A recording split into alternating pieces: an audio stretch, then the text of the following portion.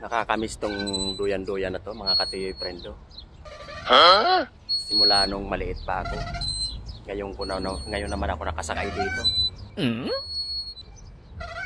Ayan o. Habang nakatutok sa atin ang init ng araw, sarap sa pakiramdam. Yan.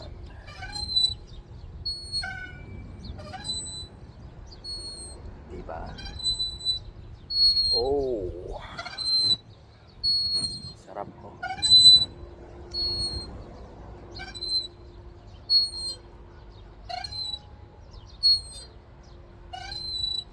Napakasarap ng sikat ng araw. Oh.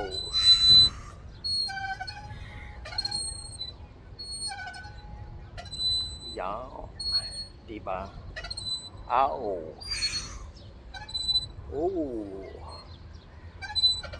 Dati nung naalala ko yung mga kapamangkinang ko.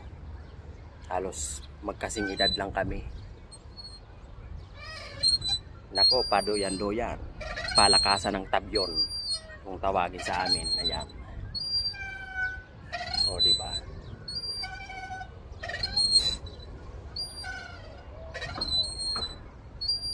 Halos 40 years na yata nang makasakay ako sa doyan na ito.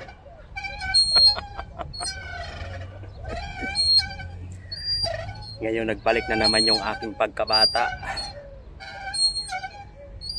Bakit kaya ano?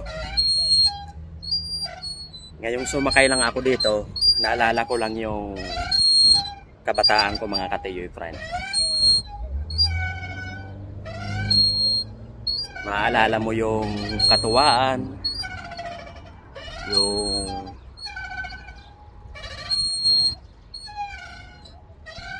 mga kalaro mo, kung sino-sino yung mga naging kalaro mo nung kapanahonan ito. Lalo nung elementary, naku, lahat nag-aagawan kami. Lalo't kung iisa lang yung doyan. Tsaka napakasarap ano kapag yung bahay mo ay nasa bundok o nasa malapit sa niyogan, tapos mayroong puno ng mangga, lalagay ka lang ng tali, lagyan mo ng kumot o kaya yung moskitero, gawin mong doyan. Nako, napakasarap ano. Tapos natutulog ka pagkatapos mong kumain, higa-higa, tapos nakatanggal pa yung damit mo na pangtaas. Sarap sa pakiramdam ano. Ayan. Oh. Hindi ako nahihilo, siguro po kayo yung mahihilo sa kakatingin sa akin.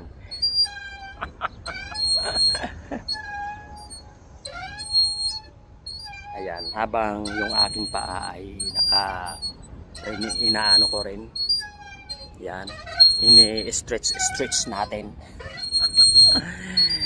So exercise na rin ito, mga katiyoy friend. Yan.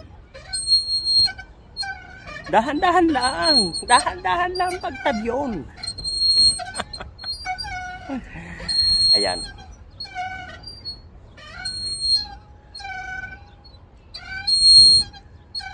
Ayan. Nakakapawis din, mga katiyoy friend.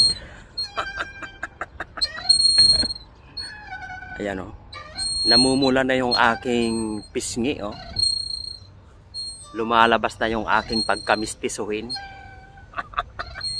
O siya mga katiyoy friend. Thanks for watching.